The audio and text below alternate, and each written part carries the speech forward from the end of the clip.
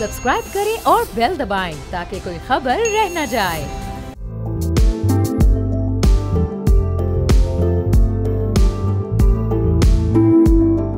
अस्सलाम वालेकुम, मैं और बाब जहांगीर, आप देख रहे हैं प्रोग्राम बेवपार। IMF के एक और डू मोर के मुतालबे को पूरा कर दिया गया है। सूबा पंजाब और खैबर पख्तूनख्वा के बाद अब सिंध और बलूचिस्तान में भी एग्रीकल्चर इनकम पर टैक्स आयद कर दिया गया है।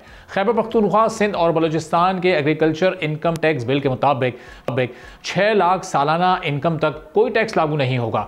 12 लाख तक की ज़राई आमदन पर 15% टैक्स अदा करना होगा। फिर 12 लाख से 16 लाख रुपए के दरमियान इनकम पर 90,000 रुपए फिक्स टैक्स देना होगा और 12 लाख से 16 लाख रुपए तक की ग्रॉस इनकम पर 20% टैक्स लाजमी अदा करना होगा। इसी तरह 16 लाख से 32 लाख तक की आमदन पर 1,70,000 और 32 लाख रुपए से 56 लाख रुपए तक की आमदन पर 6,50,000 रुपए फिक्स टैक्स देना होगा, जबकि 32 लाख से ऊपर की आमदन पर 40% ज़राई टैक्स अदा करना होगा। इनकम टैक्स बिल के मुताबिक 56 लाख रुपए तक आमदन पर 16,10,000 रुपए टैक्स वसूल किया जाएगा और अगर इनकम 56 लाख से भी ज्यादा होगी तो फिर 45% सुपर टैक्स भी अदा करना होगा। पंजाब असेंबली से मंजूर शुदा बिल में एग्रीकल्चर टैक्स की तफसीलात शेयर नहीं की गई और बताया गया है कि टैक्स का तयन पंजाब की कैबिनेट करेगी, लेकिन ज़राई टैक्स ना देने पर जुर्माने की तफसीलात जरूर मौजूद हैं, जिसके मुताबिक टैक्स ना देने वालों को 10,000 रुपए से 50,000 रुपए तक जुर्माना आयद होगा। 12 लाख रुपए से कम इनकम का टैक्स अदा ना करने पर 10,000 रुपए जुर्माना होगा। 4 करोड़ रुपए तक की ज़राई आमदन पर टैक्स ना देने वालों को 20,000 रुपए जुर्माना होगा। 40 मिलियन रुपए से जायद आमदन पर टैक्स ना देने वाले 50,000 रुपए जुर्माना अदा करने के पाबंद होंगे।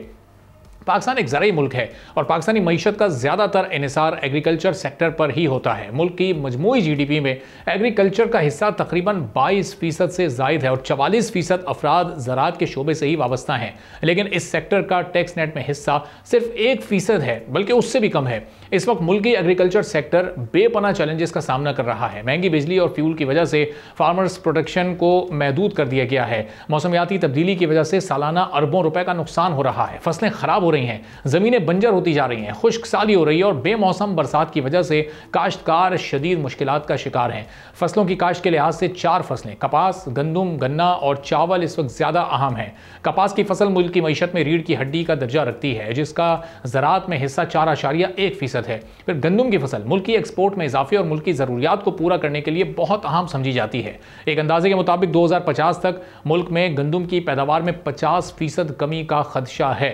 मौसमियाती तब्दीलियों की वजह से हमारी मुख्तलिफ फसलें और फलों की अक़साम पहले ही मुतासर हो चुकी हैं। पाकिस्तान की टोटल 31 बिलियन डॉलर्स की एक्सपोर्ट में से 24 बिलियन डॉलर एग्रीकल्चर सेक्टर या उससे तैयार करदा सामान से ही कमाए जाते हैं और इस सेक्टर को दरपेश चैलेंजेस की वजह से पाकिस्तान 4 बिलियन डॉलर्स की कपास, 2 बिलियन डॉलर्स की गंदम, 4.5 बिलियन डॉलर्स का खुर्दनी तेल और 0.5 बिलियन डॉलर की दालें इंपोर्ट करके तकरीबन 12 बिलियन डॉलर्स का ज़र मुबादला ज़ाय कर देता है। माशी माहिरीन के मुताबिक ज़राई इनकम टैक्स पॉलिसी को कोई ख़ास कामयाबी ऐसा लग रहा है नहीं मिल सकेगी। माहिरीन के मुताबिक पाकिस्तान में बड़े ज़मींदारों की तादाद कम है। अगर उनसे 200% टैक्स भी ले लिया जाए तो टैक्स शॉर्टफॉल पूरा नहीं होगा। एक अंदाजे के मुताबिक सिंध में 50 से 100 बड़े ज़मींदार ऐसे होंगे जो टैक्स देने के काबिल होंगे। 80% छोटा ज़मींदार है जो कम इनकम की वजह से वैसे भी इनकम टैक्स से मुस्तस्ना होगा। तो अब इस पॉलिसी का, इस बिल का कितना फ़ायदा होगा और जो वो किस हद तक बढ़ सकेगा और फिर क्या इससे एक नई महंगाई की लहर भी जन्म ले सकती है, चूँकि जब ये टैक्सेस आयद होंगे तो फिर ज़ाहिर एक एंड कंज्यूमर पर उसको मुंतकिल किया जाएगा और इन अशिया की कीमतें भी शायद बढ़ा दी जाएँ। इस पूरी सूरत हाल पर बात करेंगे। कबूल मोहम्मद साहब हमारे साथ मौजूद हैं, चेयरमैन है सिंध इरिगेशन ड्रेनेज अथॉरिटी के और साबिक प्रेसिडेंट भी हैं सिंध चैम्बर ऑफ एग्रीकल्चर के। बहुत शुक्रिया कबूल मोहम्मद साहब, प्रोग्राम के लिए आपने वक्त निकाला। अब ये ज़राई टैक्स जो नाफिज किया गया है, इससे एक जो पहला इम्पैक्ट है वो क्या सामने आएगा? क्या इन तमाम अशिया की हम कीमतों को ऊपर जाते देखेंगे, हम महंगाई में इजाफा होते देखेंगे? टैक्स रेवेन्यू तो ज़ाहिर है किसी ना किसी हद तक बढ़ेगा, वो किस हद तक टारगेट हासिल हो पाता है वो तो कुछ टाइम के बाद ही पता चल सकेगा। पहला रिएक्शन इस पर क्या होगा काश्तकारों का?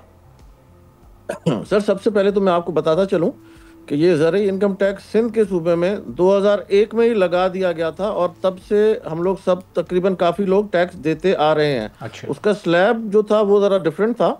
उसमें यूँ होता था कि पहले शुरू में 8 लाख रुपए की एग्जम्पशन थी और उसके बाद जो शुरू के होते थे कुछ लाख, उन पे 5% था, फिर 7.5% था और अगर 1 करोड़ से ऊपर की आमदनी है तो उस पर 15% टैक्स होता था। 2001 से लेके ये कंटिन्यूसली इस साल तक भी मैंने एग्रीकल्चर खुद ने भी इनकम टैक्स एग्रीकल्चर भरा हुआ है, ठीक है ना। और सिंध गवर्नमेंट कलेक्शन करती थी, इन एनी वन डिस्ट्रिक्ट में आपको ये जमा कराना होता था। अभी जो इन्होंने सडनली जो झटका दिया है वो सिर्फ उसमें प्रॉब्लम ये आ रही है कि ये जो इनकम टैक्स का जो इन्होंने रेट्स हैं, एक तो बहुत हाई कर दिया उन्होंने, तकरीबन फेडरल लेवल के बराबर जाके खड़ा कर दिए हैं। अच्छा। उसमें होगा यूं कि लास्ट 3-4 साल से आप देख रहे हैं कि आपकी ने जैसे अभी पहले बताया कि फार्मर तो वैसे ही बहुत परेशान है, बिजली महंगी, ट्यूबवेल हम लोग के जो बिजली पे थे वो इतने हम लोग के बिल्स आने लग गए कि जो पहले 30,000 रुपये महीने का बिल आता था वो बिल हमारा 1.5 से 2 लाख रुपए एक ट्यूबवेल का बिल आने लग गया। फिर हम लोग को जो सब्सिडीज थी खाद पे वो भी सारी कट कर दी गई थी। IMF के ही चक्कर में 4 साल पहले जो DAP खाद पे सब्सिडी थी वो हमारी कट कर दी गई थी। जो DAP की बोरी तकरीबन 3,500 रुपए की हमें पड़ती थी, अब वो तकरीबन 11,000 रुपए से 12,000 रुपए की बोरी हमें आज के दिन पे पड़ती है।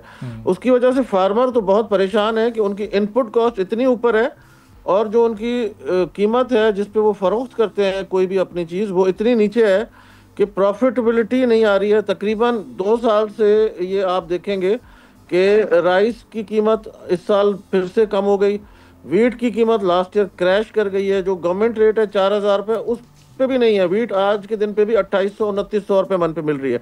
इसलिए ये बहुत एक डिफ़िकल्ट टाइम है फार्मर के लिए, एटलीस्ट पाकिस्तान पूरे के फार्मर के लिए। पूरी दुनिया में आपने देखा होगा कि एग्रीकल्चर पे टैक्सेस लगाने की जब भी कोशिश करते हैं तो वो फार्मर बड़ी हड़तालें करते हैं।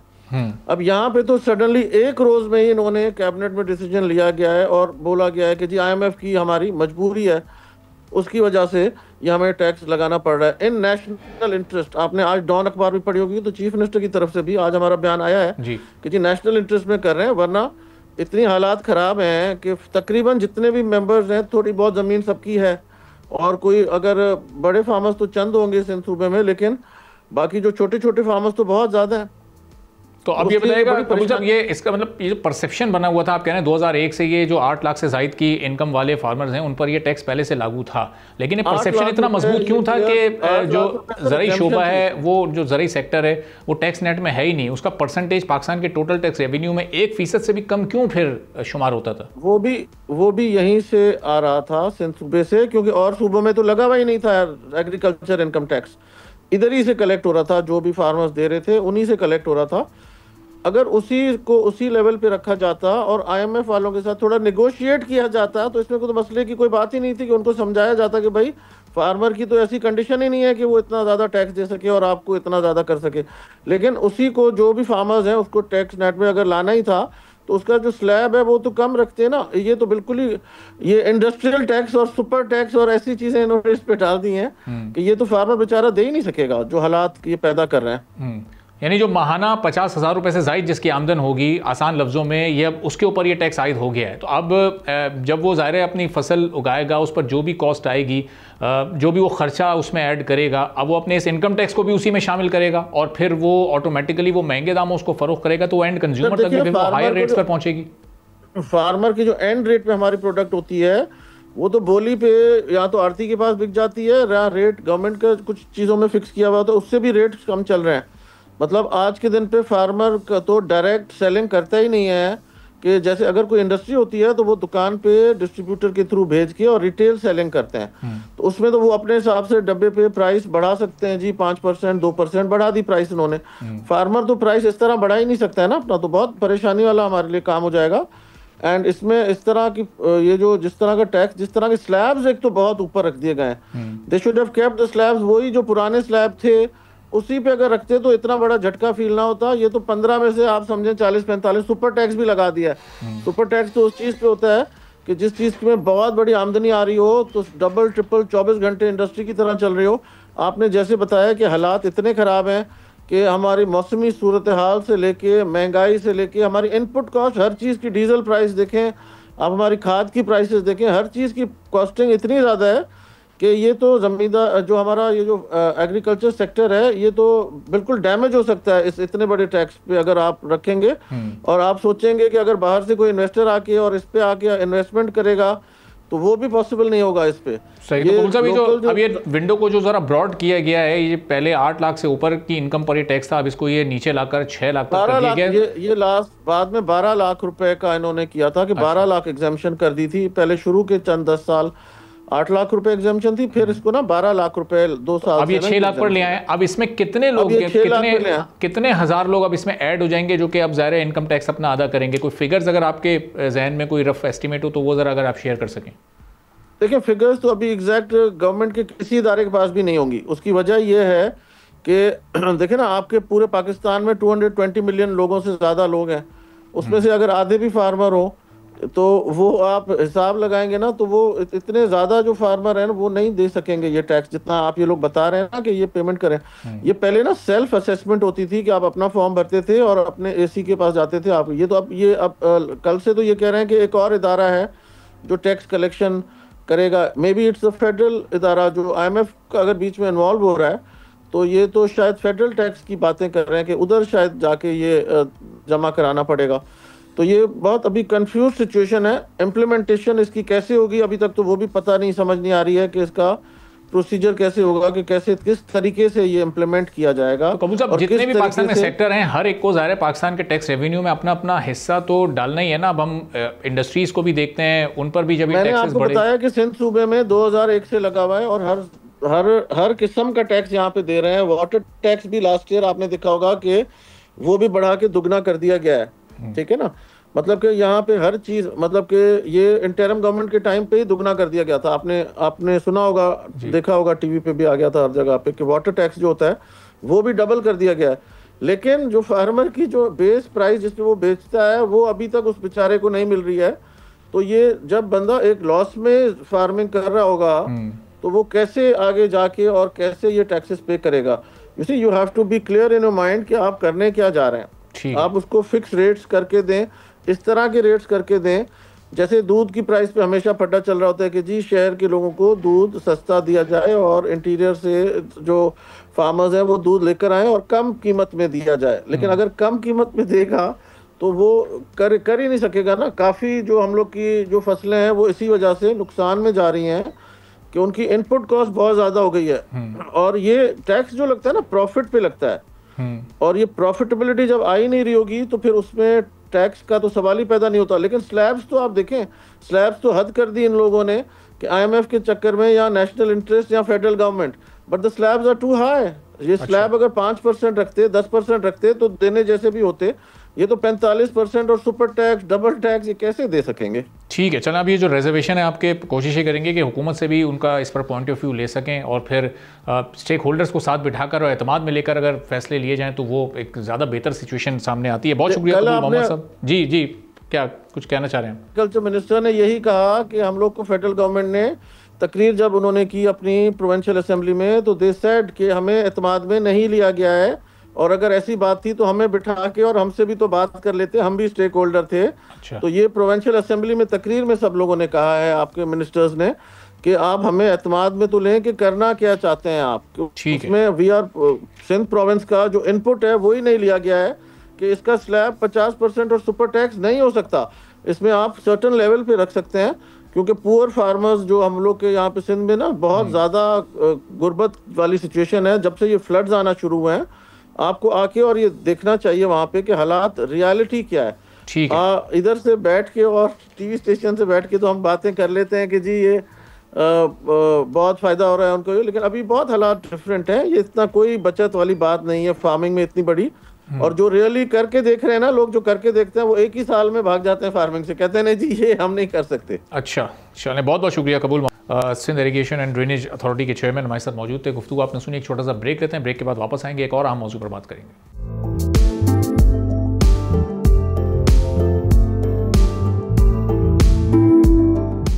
एक बार फिर आपको प्रोग्राम में खुशामदीद कहेंगे। मुल्क का सबसे बड़ा शहर जिसके चलने से मुल्क की मईशत का पहिया चलता है, ये शहर रेवेन्यू जनरेट करता है तो मुल्की खजाना मुस्तहकम होता है। इस शहर की एक मार्केट का टैक्स मुल्क के दीगर बड़े शहरों से कहीं ज्यादा है, लेकिन सबसे ज्यादा सहूलियात से महरूम भी इसी शहर के लोग हैं। ये बात हो रही है शहर कराची की। कराची शहर में सबसे बड़ा मसला इस वक्त बिजली के निज़ाम का है। सस्ती तो दूर की बात, महंगी बिजली भी लोगों को नहीं मिल पा रही है। सबसे ज्यादा 8 मुख्तलिफ किस्म के टैक्सेस हर बिजली के बिल पर कराची कराची के सार्फिन अदा करते हैं, लेकिन इसके बावजूद भी इस शहर को रोशन रखने की जिम्मेदार के इलेक्ट्रिक, इसकी पॉलिसीज, इसकी मैनेजमेंट, इसकी नाकिस कारकर्दगी और नाअहली ने कराची वालों की जिंदगी को तारीकी में धकेल दिया है। इस वक्त पूरे पाकिस्तान में सबसे महंगी बिजली कराची वालों को दी जा रही है। अगर हुकूमत के इलेक्ट्रिक को 200 अरब रुपए की सब्सिडी ना दे तो के इलेक्ट्रिक की बनाई गई बिजली की फी यूनिट कीमत कराची वालों को 80 रुपए तक अदा करनी होगी।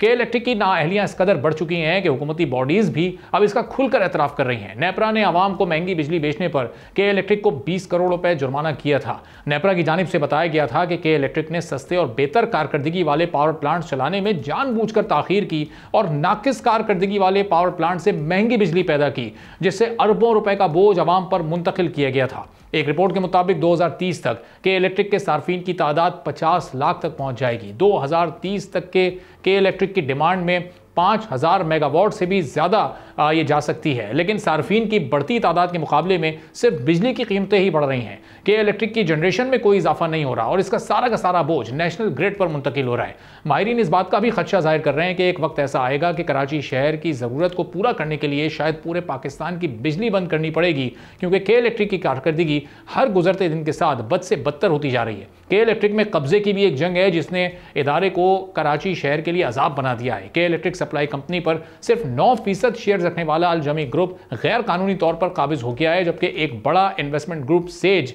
जो के इलेक्ट्रिक में 36% का शेयर होल्डर है, आईनी, कानूनी और अखलाकी एतबार से के इलेक्ट्रिक का इंतजाम सेज ग्रुप के पास होना चाहिए था। लेकिन अल जमी ग्रुप की मोनोपोली और नेक्सस ने सेज इन्वेस्टमेंट ग्रुप को अहल होने के बावजूद भी एडमिनिस्ट्रेशन के उसूल से महरूम किया हुआ है। इससे कबल भी के इलेक्ट्रिक का इंतजाम अल जमी ग्रुप के पास था, जिसे बदतरीन नाकामी की वजह से अल जमी ग्रुप ने 2009 में इंतजामी उमूर अबराज ग्रुप के हवाले कर दिए थे। अबराज ग्रुप के डिफॉल्ट होने के बाद अबराज ग्रुप ने मजीद इंतजामी उमूर अदा करने से इनकार कर दिया था, जिसके बाद 2019 से अल जमी ग्रुप 9% शेयर्स के साथ के इलेक्ट्रिक के इंतजामी उमूर पर काबिज है। अब 5 साल से एडमिनिस्ट्रेशन चलाने के बाद भी इस कदर नाकामी है कि कराची के सार्फिन इसकी कीमत अदा कर रहे हैं, और ना सिर्फ शहरी सार्फिन बल्कि कौमी खजाना भी 200 अरब रुपए नाअहली का बोझ बर्दाश्त कर रहा है। Security exchange commission of Pakistan ने के इलेक्ट्रिक से शेयर होल्डर्स की तफसीलात तलब की थी, जिस पर अल जमी ग्रुप ने दीगर शेयर होल्डर्स को तफसीलात देने से मना किया और खुद भी SECP को शेयर होल्डर्स की तफसीलात देने से इनकार करता रहा। शंघाई इलेक्ट्रिक कंपनी 2016 से कराची इलेक्ट्रिक के अक्सरियती शेयर्स खरीदने में दिलचस्पी का इजहार कर रही थी, लेकिन अल जमी ग्रुप की अदम दिलचस्पी की वजह से शंघाई इलेक्ट्रिक ने के इलेक्ट्रिक खरीदने से 2023 में मना कर दिया था, क्योंकि अल जमी ग्रुप सिर्फ 9% शेयर्स के साथ के इलेक्ट्रिक पर काबिज भी है और अरबों रुपए का कमा रही है। तो जब तक कि एडमिनिस्ट्रेशन का निजाम नहीं सही होगा, के इलेक्ट्रिक के मामलात कैसे दुरुस्त हो सकेंगे और कराची वालों को किस तरह बेहतर सहूलियात और सस्ती बिजली मिल सकेगी, इस पर हम गुफ्तगू करेंगे। डॉक्टर शुएब अहमद साहब एनर्जी एक्सपर्ट हैं, हमारे साथ मौजूद हैं। तो शुएब साहब, ये 9% के साथ एक ग्रुप अल जमी ग्रुप इस वक्त अपनी मोनोपोली के जरिए, अपने नेक्सस के जरिए इसके इलेक्ट्रिक पर छाया हुआ है। चलें, इदारे की कारकर्दगी बेहतर हो तो किसी हद तक इन मामलात को नज़रअंदाज भी किया जा सकता है, लेकिन जब आवाम पर इस कदर बोझ डाला हुआ है तो ये अंदरूनी मामलात भी इदारे के बेहतर होने चाहिए। SECP को, हुकूमत पाकिस्तान को भी ज़रा थोड़ी सी अपनी आंखें खोलनी चाहिए। अरबाब जहांगीर, पहले तो आपका बहुत बहुत शुक्रिया, और बहुत दिनों बाद आपसे बात हो रही है और मैं बड़ा मिस कर रहा था आपके प्रोग्राम को, तो थैंक यू वेरी मच आपका और आपकी टीम का कि आप लोगों ने मुझे दोबारा याद किया। मैं ना जो आपकी अभी मैं प्रियम्बल, अच्छा माशाल्लाह आपकी रिसर्च टीम और आप लोग प्रियम्बल ऐसा दे देते हैं ना कि आप अपने गेस्ट के लिए बहुत कम चीज़ें छोड़ते हैं, ये मैं आपको बता दूं, क्योंकि आपने उसमें कोई भी उसका एस्पेक्ट ऐसा नहीं है जिसको आपने टच ना किया हो ना। अब मेरे लिए जो उसमें से चीज़ें बच गई हैं वो बहुत ही थोड़ी सी हैं और मैं क्विकली उनको ना आपके सामने मैं रखता हूँ। सबसे पहले मैं बात करूंगा SECP पे, ठीक है। SECP पाकिस्तान का एक इंतहाई ताकतवर इदारा है, क्योंकि मैं वहां से शुरू कर रहा हूं जहां आपने छोड़ा है। आपने कहा कि शेयर होल्डर्स की डिटेल्स देने से इनकार किया है। अरबाब जहांगीर, हमारे पूरे पाकिस्तानी कौम को पता होना चाहिए कि SECP इतना स्ट्रॉन्ग इदारा है कि जब एक साबका वजीर आजम के खिलाफ GIT बनाई गई थी तो उसमें एक मेंबर SECP के भी थे, और जो अकामे वाला केस था उसके अंदर वजीर आजम की नाअहली तक जो केस गया था उसमें SECP का एक मरकजी किरदार था। SECP पाकिस्तान का बहुत ताकतवर इदारा है।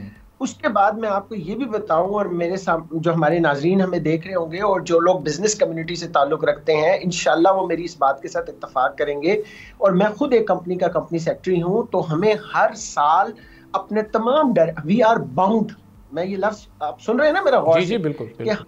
बात के बाउंड हैं, हम एज पर लॉ बाउंड हैं कि हम अपनी तमाम की तमाम डिटेल्स उन्हें प्रोवाइड करें, अदरवाइज हमारा लाइसेंस कैंसिल हो सकता है। अच्छा। यानी मैं आपको बताऊं कि एससीसीपी इतना स्ट्रांग इदारा है और मैं इस पर बड़ा प्राउड फील करता हूं, क्योंकि हमारे यहाँ बहुत सारे जो मनी लॉन्ड्रिंग केसेस थे और बहुत सारे ऐसे इश्यूज थे जिनसे इस एससीसीपी ने पाकिस्तान की जान छुड़वाई है।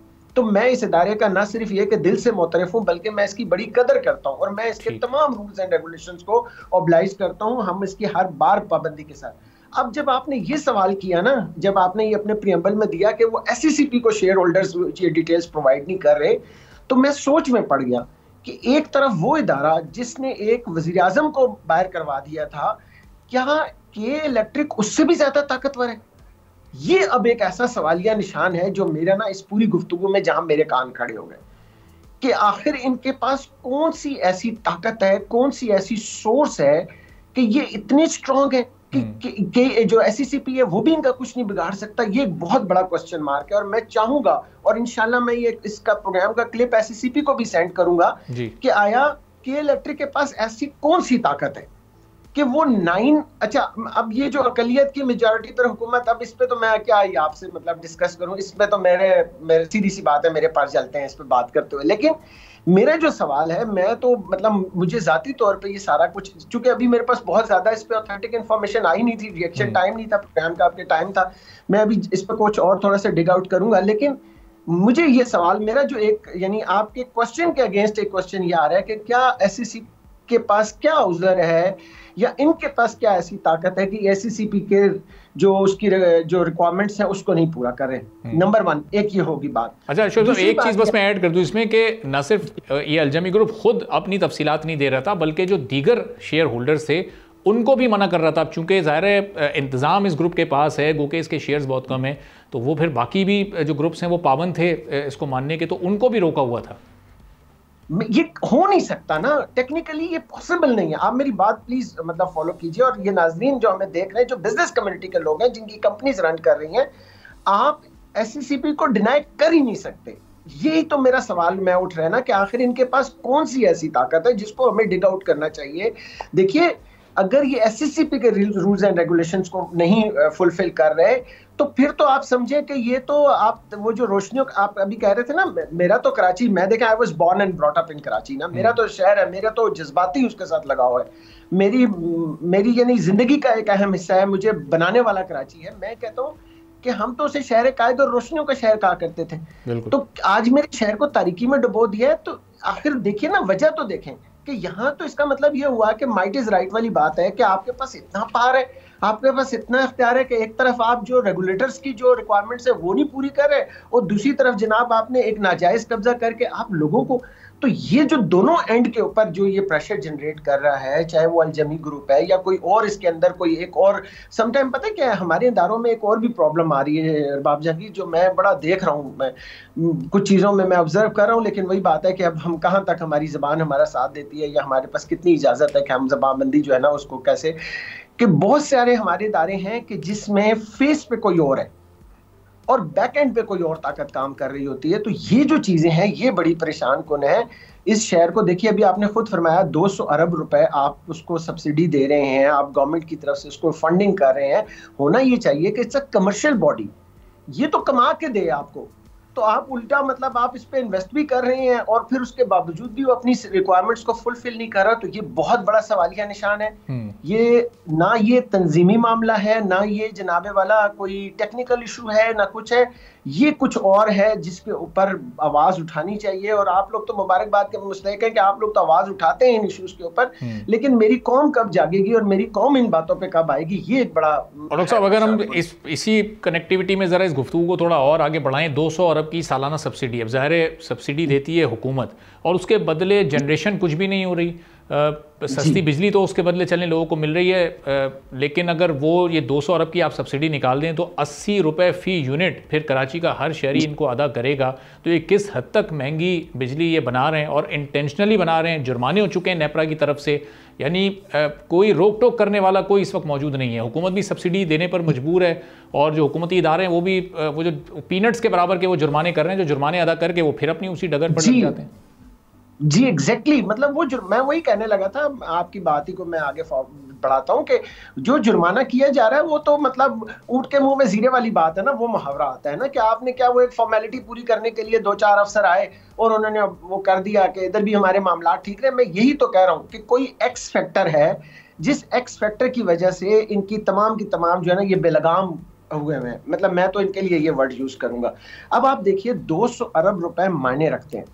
अगर आप वही ऑल्टरनेट एनर्जी, हम हमेशा, आपको याद है, बल्कि आप ही के अपने सवाल होते हैं, मैं तो सिर्फ उसके अंदर आपको रिस्पांस देता होता हूँ कि अगर यही पैसा हम जमा करके ऑल्टरनेट एनर्जी के जो मीन्स हैं उनके ऊपर हम लगाना शुरू कर दें, हम इनकरेज करना शुरू कर दें कि जनाब आप जितने भी मुतबादिल ज़राए हैं उनकी तरफ जाएं, आपके पास वहां पर बहुत सारा जो विंड कॉरिडोर है, कराची के साथ जो साइली पट्टी है उसके ऊपर इतना बड़ा विंड कॉरिडोर है, आप इनकरेज करें वहां इन्वेस्टर्स को, तो ये आपका खुद बहुत चीज़ें न्यूट्रलाइज होती हैं।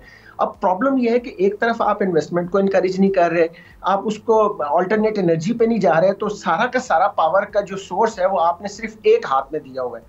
दुनिया पूरी जा रही है अरबाब जहांगीर डिसेंट्रलाइजेशन की तरफ, लोगों को एम्पावर करने की तरफ जा रही है। हम पता नहीं क्यों हमने कुछ ताकत के ऐसे पॉइंट्स बनाए हुए हैं कि हमें ये पता है कि यार जब हमारे पे कोई क्रिटिकल टाइम आएगा, यानी उन लोगों पे जो मैटर करते हैं इस मुल्क के लिए, आप और मैं तो, हम तो मैटर ही नहीं करते, तो वो उन्होंने अपने लिए वो रखे हुए हैं ऐसे लूप होल्स के जहां से उनको वो सपोर्ट मिलेगी और उस सपोर्ट के बदले फिर वो जो मर्जी आए करते फिरें। बेसिकली ये नेक्सस हो रहा है, अदरवाइज कोई टेक्निकल जस्टिफिकेशन, मैं कहता हूं, मैंने तो एक दिन आपके प्रोग्राम में भी कहा था, मैंने कहा कि कोई ऐसा टेक्निकल पॉइंट जिसके ऊपर कि जी फलां बिजली इतनी ज्यादा महंगी क्यों है, उसका क्या कॉज है, लाइन लॉसेस की क्या इश्यूज हैं या दीगर क्या इश्यूज हैं, मैंने कहा मैं हर फोरम पे बात करने के लिए तैयार हूं। टेक्निकल डिबेट के लिए कोई हमारे सामने आए। अरबाब जहांगीर, हमारे तो टेक्निकल इश्यूज है ही नहीं, हमारे तो सरासर ये एक्स फैक्टर के इश्यूज हैं या फिर आपके जनाब ये गवर्नेंस के इश्यूज हैं। इसके अलावा कोई तीसरी बात मुझे नजर नहीं आती इस पूरे सिस्टम में। चलें डॉक्टर साहब, कोशिश करेंगे कि आने वाले दिनों में इस पर हम मजीद भी रोशनी डालते रहें और इस जो मामले के असल हक़ाइक़ हैं वो आवाम के सामने रख सकें। बहुत बहुत शुक्रिया डॉक्टर शुएब अहमद साहब, एनर्जी एक्सपर्ट हमारे साथ। आपने सुनी, एक छोटा सा ब्रेक लेते हैं, ब्रेक के बाद वापस आएंगे, एक और अहम मौजू पर बात करेंगे।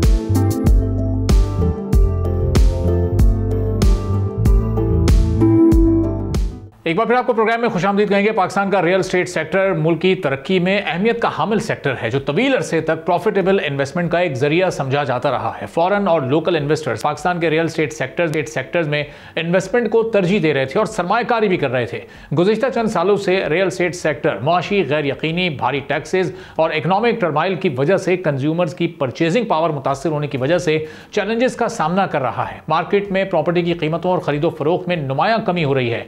Inflation rate, interest rate, currency devaluation और कंस्ट्रक्शन कॉस्ट के बढ़ जाने की वजह से रियल एस्टेट सेक्टर तकरीबन तबाही के दहाने पर पहुंचा। एक रिपोर्ट के मुताबिक आबादी में तेजी से इजाफे और शहरों में सेटलमेंट के बढ़ते हुए ट्रेंड के बाइस मुल्क में घरों की शदीद कमी हो गई है। पाकिस्तान को सालाना कम से कम 7 लाख नए हाउसिंग यूनिट्स की जरूरत है ताकि मौजूदा और आने वाली डिमांड को भी पूरा किया जा सके। करंट कंस्ट्रक्शन रेट इस जरूरत को पूरा करने से बहुत कम दिखाई दे रहा है, जिसके नतीजे में मुल्क में हाउसिंग का ग्रॉस लॉस 1 करोड़ यूनिट से तजावुज कर चुका है। हुकूमत ने रियल एस्टेट सेक्टर को रिवाइव करने के लिए एक अहम तरीन पैकेज तैयार कर लिया है। वजीर आजम ने रियल एस्टेट सेक्टर की तरक्की के लिए टास्क फोर्स बनाई थी, जो रियल एस्टेट और हाउसिंग सेक्टर की ग्रोथ के लिए मराद पर मबनी पैकेज पर काम कर रही है। टास्क फोर्स ने प्रॉपर्टी और हाउसिंग सेक्टर में गुज़िश्ता बजट के दौरान लगाए गए टैक्सेस पर नजरसानी की तजवीज़ दे दी है। रिहायशी घरों के लिए 2 के बजाय 3 मंजिलें तामीर करने की इजाज़त देने की भी सिफारिश की गई है। घर खरीदने पर टैक्स की मुकम्मल छूट, प्रॉपर्टी की खरीदो फरोख्त पर आयद वफाकी और सूबाई टैक्सेस पर नजरसानी करने की तजवीज़ भी टास्क फोर्स की जानिब से दी गई है। टास्क फोर्स के मुताबिक प्रॉपर्टी फरोख्त करने पर टैक्स 4% से कम करके 2% मुकर्रर करने और ख़रीदार पर टैक्स 4% से कम करके 0.5% मुकर्रर करने की तजवीज़ है। प्रॉपर्टी की बाइंग और सेलिंग पर फेडरल एक्साइज ड्यूटी खत्म करके लो इनकम अफराद को हाउसिंग सब्सिडी देने की सिफारिश की गई है। हाउसिंग और रियल एस्टेट पर टैक्सेस को 14% से कम करके 4 से 4.5% तक लाने की तजवीज़ भी इसमें शामिल है। टास्क फोर्स की जानिब से रियल एस्टेट रेगुलेटरी अथॉरिटी को वजारत दाखिला के बजाय वजारत हाउसिंग के मातहत करने और उसे फंक्शनल करने की तजवीज़ भी दी गई है। हाउसिंग के लिए टैक्सेबल इनकम 5 करोड़ तक करने की तजवीज़ दी गई है, यानी टैक्स से इस्तिस्ना की मौजूदा शरह को 1 करोड़ से बढ़ाकर 5 करोड़ रुपए करने की सिफारिश की गई है। टास्क फोर्स ने मेरा घर मेरा पाकिस्तान स्कीम बहाल करने की सिफारिश भी कर दी है। स्कीम के तहत अलॉटी प्लॉट को मॉर्गेज रखकर बैंक से कर्ज ले सकेगा। यह कर्जा किस्तों में 15 से 20 साल में काबिल वापसी होगा। घरों के लिए आसान कर्जा स्कीम के लिए पब्लिक प्राइवेट पार्टनरशिप को सहूलत देने की तजवीज़ भी इसमें शामिल है। ये तमाम तजवीज़ से इस इंडस्ट्री को रिवाइव कर सकती हैं, जिसमें कोई 150 अरब का पोटेंशियल टैक्सेस की मद में मौजूद है देने के लिए, लेकिन अब ये हमारे टैक्स रेवेन्यू में ये शॉर्टफॉल की सूरत में मौजूद रहता है। और एक परसेप्शन भी है कि हमारा रियल एस्टेट सेक्टर टैक्स अदा नहीं करता, तो इस परसेप्शन में एक हद तक सदाकत है। हसन बख्शी साहब हमारे साथ मौजूद हैं, चेयरमैन है आबाद के, उनसे ज़रा गुफ्तगू करेंगे। बहुत शुक्रिया हसन साहब, प्रोग्राम के लिए आपने वक्त निकाला। अब जो एक परसेप्शन रियल एस्टेट सेक्टर से मुताल्लिक है, इसको टैक्स नेट में लाना है, इस पर टैक्सेस आयद करने हैं, और 150 अरब का पोटेंशियल इस इंडस्ट्री का है जो कि टैक्स नहीं अदा कर रही है। इस परसेप्शन पर भी आप कमेंट कीजिएगा। और जो तजवीज़ वज़ीर आज़म की टास्क फोर्स में सामने आई हैं, आप लोगों को ऑन बोर्ड इसमें लिया गया है, इन तजवीज़ से आप इत्तेफाक करते हैं? जी, बिस्मिल्लाहिर्रहमानिर्रहीम, आपका शुक्रिया। देखिए, सबसे पहले जो आपने कहा कि परचेज और सेल पे टैक्स कम किया जा रहा है, जो कि टैक्स है अंडर सेक्शन 236 और 236C और 236K। इस वक्त ये तकरीबन 4% है, जिसको कम करके कलेक्टिवली 3% किया जा रहा है। बट यहाँ पर एक बात क्लियर करना बहुत मुनासिब होगा, जो मिसकंसेप्शन डेवलप हो रहा है कि ये एडवांस टैक्स था जो आपकी फाइनल लाइबिलिटी में एडजस्ट होता था। ये टैक्स नहीं था, ये एडवांस टैक्स था। तो अभी हमने कहा कि देखिए, ट्रांजैक्शन पे लिक्विडिटी के इश्यूज की वजह से अप फ्रंट बहुत कॉस्ट आ रही है, तो जो आप एडवांस टैक्स ले रहे हैं उसको उसकी शरह कम कर दें, और जब मैं फाइनल टैक्स रिटर्न भरूंगा और जो भी मेरी लाइबिलिटी होगी वो मैं उस रिटर्न के साथ पे ऑफ कर दूंगा। तो ये टैक्स एडवांस जो स्टेज था कलेक्शन कम होके ये at the time of return हो रहा है। ठीक है, तो ये इसमें मैं क्लियर हूँ। ये कहीं कोई गवर्नमेंट टैक्स छोड़ नहीं रही है, टैक्स ख़त्म नहीं कर रही है। जो भी लाइबिलिटी है वो मुझे पे ऑफ करनी पड़ेगी, या जो भी प्रॉपर्टी की ट्रांजैक्शन करेगा, एक बात। दूसरी बात, आपने कहा FET ख़त्म हो रहा है। फेडरल एक्साइज ड्यूटी गवर्नमेंट ने लगाई थी इस साल बजट में। FET का अगर आप कानून पढ़ें तो वो लग्जरियस आइटम पे लगाया जाता है, जिसको डिस्करेज करना चाहे गवर्नमेंट। जैसे मैं कहता हूँ कि टोबैको है, अल्कोहल है, इस किस्म के लग्जरी आइटम है, और वो जो फैक्ट्री में बनता है। ना हमारा आइटम फैक्ट्री में बनता है, ना हमारा आइटम लग्जरी आइटम है। ये एक नेसेसिटी है जो कि गारंटी करता है कॉन्स्टिट्यूशन ऑफ पाकिस्तान, हर पाकिस्तानी को गारंटी करता है रोटी कपड़ा मकान। सो मैं ये समझता हूँ कि ये गलत लगाया गया था, और इसको हटाने का मकसद ही ये है कि ये गलती गवर्नमेंट अपनी गलती को सुधारे। सही। एक बात तो मैं अच्छा, तीसरी जो इसमें बात आ रही है कि अप टू 1 करोड़ रुपए तक का जो मकान लेगा, फर्स्ट टाइम पाकिस्तान में मकान खरीदेगा, फ्लैट खरीदेगा, उससे उसकी सोर्सेज नहीं पूछी जाएंगी। देखिए, हमें एक प्रेजेंटेशन स्टेट बैंक ने FBR ने की थी, जिसके तहत 95 या 96% वो लोग दरमियाने तबके के लोग हैं जिन्होंने पाकिस्तान में अभी तक प्रॉपर्टी नहीं खरीदी, और उनकी ट्रांजैक्शन 1 करोड़ रुपए से नीचे है। सो हम समझते हैं, और वो भी ये समझते हैं कि हमने सब ने इन लोगों को पाकिस्तान में फैसिलिटेट करना चाहिए ताकि ये अपना मकान खरीदें और इनका पाकिस्तान से कनेक्शन, जुड़ाव बढ़े, रादर देन ये किराए पे रहें और इनको मौका मिलते ही ये बाहर चले जाएं। सो इसमें मेरे ख्याल में किसी को एतराज़ नहीं होगा।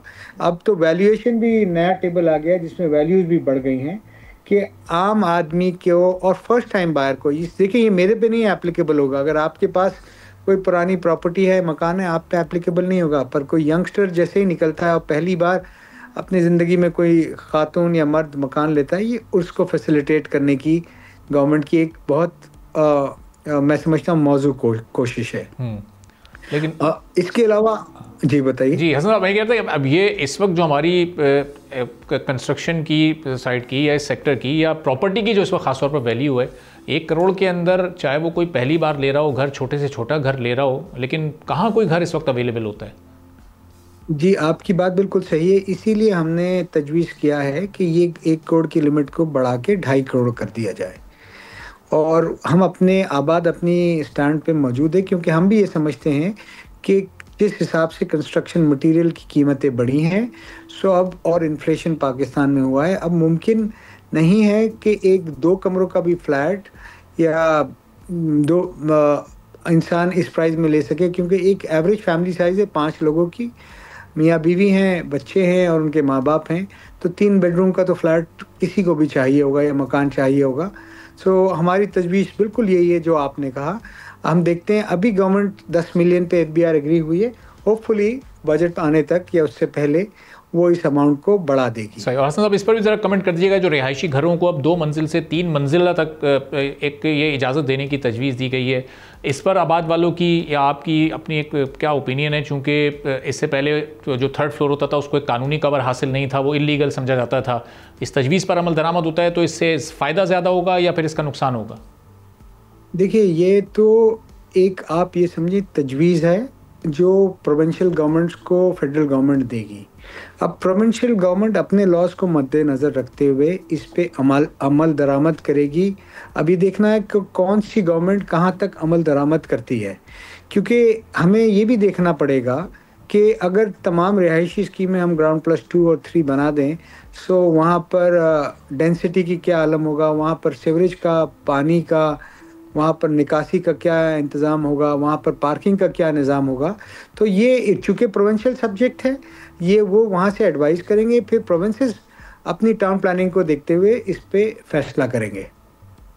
ठीक है, बहुत बहुत शुक्रिया हसन बख्शी साहब, चेयरमैन आबाद। हमारे साथ आपने सुनी कई ऐसी तजवीज़ हैं जिस पर वक्त की कमी की वजह से हम गुफ्तगू नहीं कर सके, लेकिन आने वाले दिनों में इस पर मज़ीद तफसीली भी गुफ्तगू करेंगे। इसी के साथ आज के प्रोग्राम से इजाज़त दीजिए। अल्लाह हाफ़िज़।